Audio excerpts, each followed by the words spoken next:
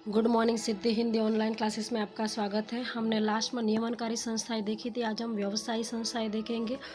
व्यवसाय करने वाली ऐसी संस्था जो हिसाब तैयार करने को व्यवसायी या पेशेवर के रूप में पहचानते हैं। जो हिसाब तैयार करते हैं वैसी संस्थाओं को व्यवसाय या तो पेशेवर के रूप में जाना जाता है। जो हिसाब बनाती है ना वो कंपनियाँ, हिसाब तो अकाउंटेंट बनाता है, तो उनकी अलग अलग कंपनियाँ होती हैं। हिसाबी पद्धति में ऐसा पेशा है। इस पेशे को योग्य संचालन के रूप के लिए प्रत्येक देश में व्यवसायी संस्थाएं होती हैं। हिसाबी पद्धति के लिए हमारे देश में 1949 में institute of chartered accountant of India कार्यरत है।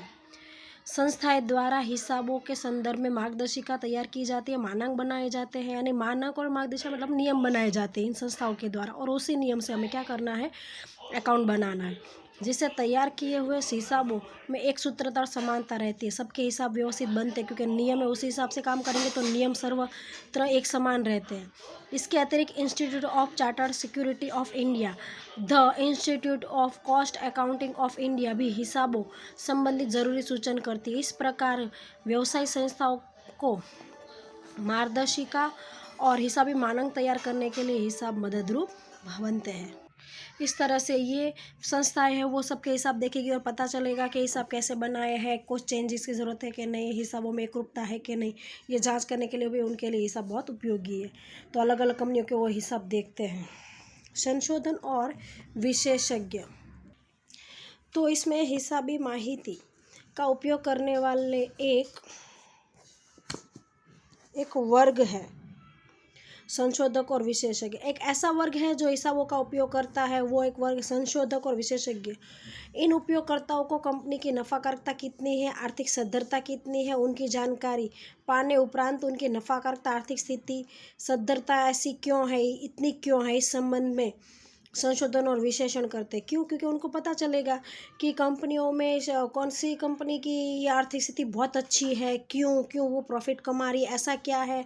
तो हिसाब देखेगी तो पता चलेगा उनका संचालन या उनके खर्च या उनकी आय या उनकी नफाकारिता ज़्यादा क्यों है या कम क्यों है। और फिर वो अन्य कंपनियों को सूचना दे सकते हैं, उसमें सूचन दे सकते हैं किस में इन्वेस्टमेंट करना है, ऐसा लोगों को सूचित भी कर सकते हैं।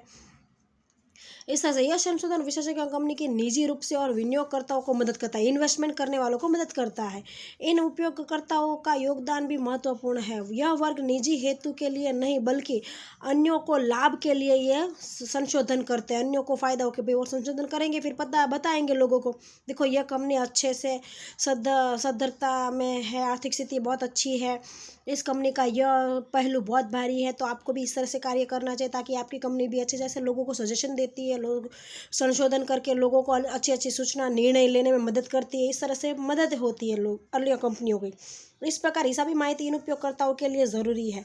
भारत में और विदेश में साख योग्यता निश्चित करने वाली संस्थाएं काम करती है, जिन्हें क्रेडिट रेटिंग कंपनी के नाम से भी जाना जाता है। क्रिसिल और इकरा नाम की कंपनी है। साख रेटिंग का मतलब ये है कि उधार माल देने के बाद ये कंपनी की प्रतिष्ठा कैसी है, उनको रेट दिया जाता है कि भाई ये कंपनी का सबसे पहला नंबर है, ये कंपनी सेकंड नंबर पर कार्य करती है, ये कंपनी थर्ड नंबर, ऐसा संशोधन करके कंपनियों को नंबर देती है। और उस जैसे कंपनी का पहले नंबर वाली कंपनी है, इसका नंबर पहला आ रहा है, तो कंपनी की अपने आप प्रतिष्ठा बढ़ेगी, उसके शेयर की भाव बढ़ने लगेंगे, बाजार में भी उसके मूल्य बढ़ जाएगा। इस तरह से सरकार देश का कार्यक्षेत्र और प्रभावशाली संचालन और प्रशासन संबंधी जवाबदारी सरकार की है। अब सरकार की जिम्मेदारी सबसे बड़ी अपने देश का संचालन करना, देश में रोज बरोज देश में अर्थतंत्र पूरा व्यवस्थित कार्य करे, ये देखने का काम सरकार द्वारा देश के विकास और नीति बनाई जाती है। इन नीतियों के निर्माण के पर्याप्त में सुसंगत माहिती बहुत ज़रूरी रहती है। नीतियों का निर्माण करना है, इसके लिए माहिती चाहिए, सूचना चाहिए।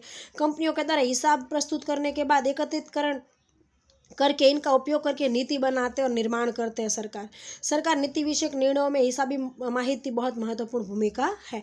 इस तरह से बार ऐसे व्यक्ति है जिनको हिसाब, कंपनी के हिसाब देखने में उपयोग होता है या वो देखते हैं, तो उनको ये माहिती प्राप्त करने के लिए इनको ज़रूरी है। तो ये बार लोग बहुत ज़्यादा व्यवसाय के लिए महत्वपूर्ण है और उनके लिए हिसाबी माहिती बहुत ही ज़रूरी है। उपयुक्त चर्चा के आधार पर हिसाबी माहिती का उपयोग करने वाले कौन कौन है, किस कारण से, उनकी माहिती हमने देखी।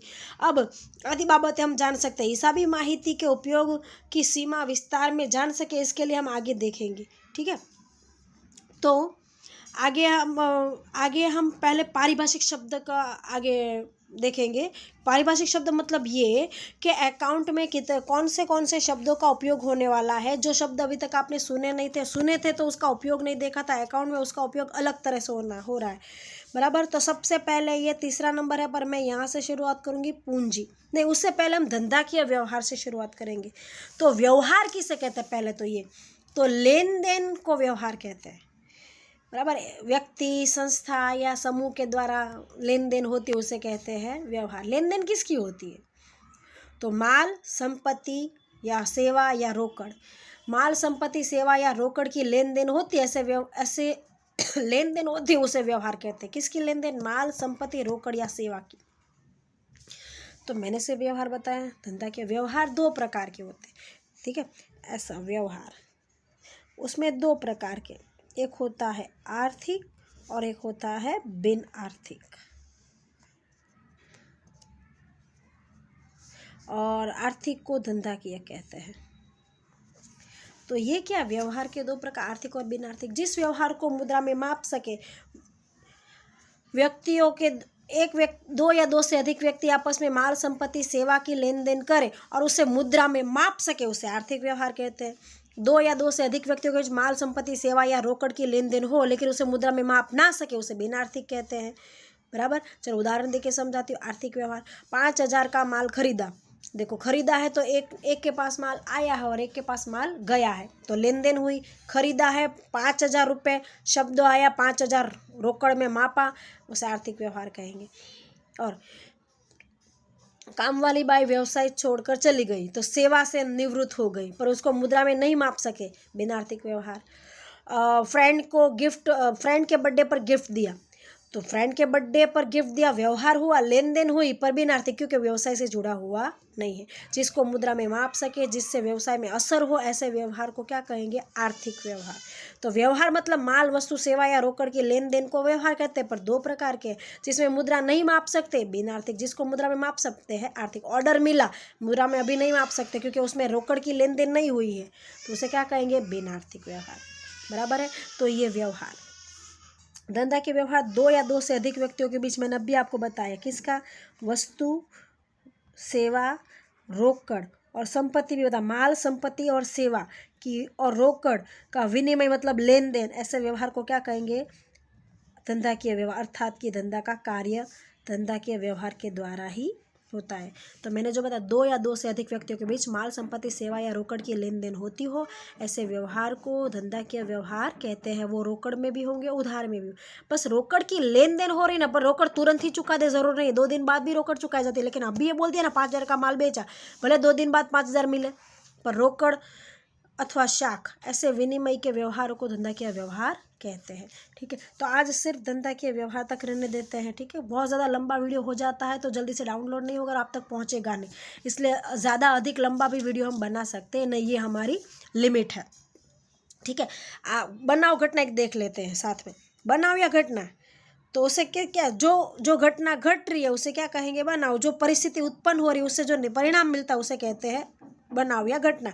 जैसे बच्चा गिर गया और उसको लगा तो उसे क्या कहेंगे, घटना।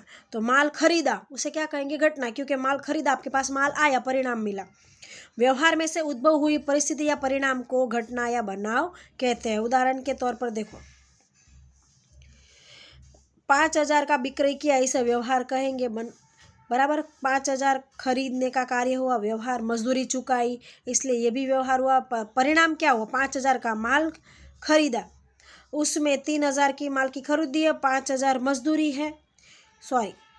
यहाँ पर क्या है, 3,000 का माल 5,000 का माल बेचा है। 1 मिनट, 5,000 का माल बेचा है, माल 3,000 का था, 500 रुपये मजदूरी हुई, 3,500 में आपको माल पड़ा था, बेचा 5,000 में, 1,500 रुपये आपको प्रॉफिट हुआ है, तो वो परिणाम है, उसे हम क्या कहेंगे, घटना। 50 रुपये का आपने माल खरीदा और सामने 60 रुपये में किसी को बेचा है, 10 रुपये है, वो क्या हुआ, प्रॉफिट हुआ, उसे कहेंगे परिणाम। तो उद्भव हुए व्यवहारों के परिणाम या परिस्थिति को घटना या बनाव कहते हैं। ठीक है, 2 पारिभाषिक शब्द हुए आज के लिए।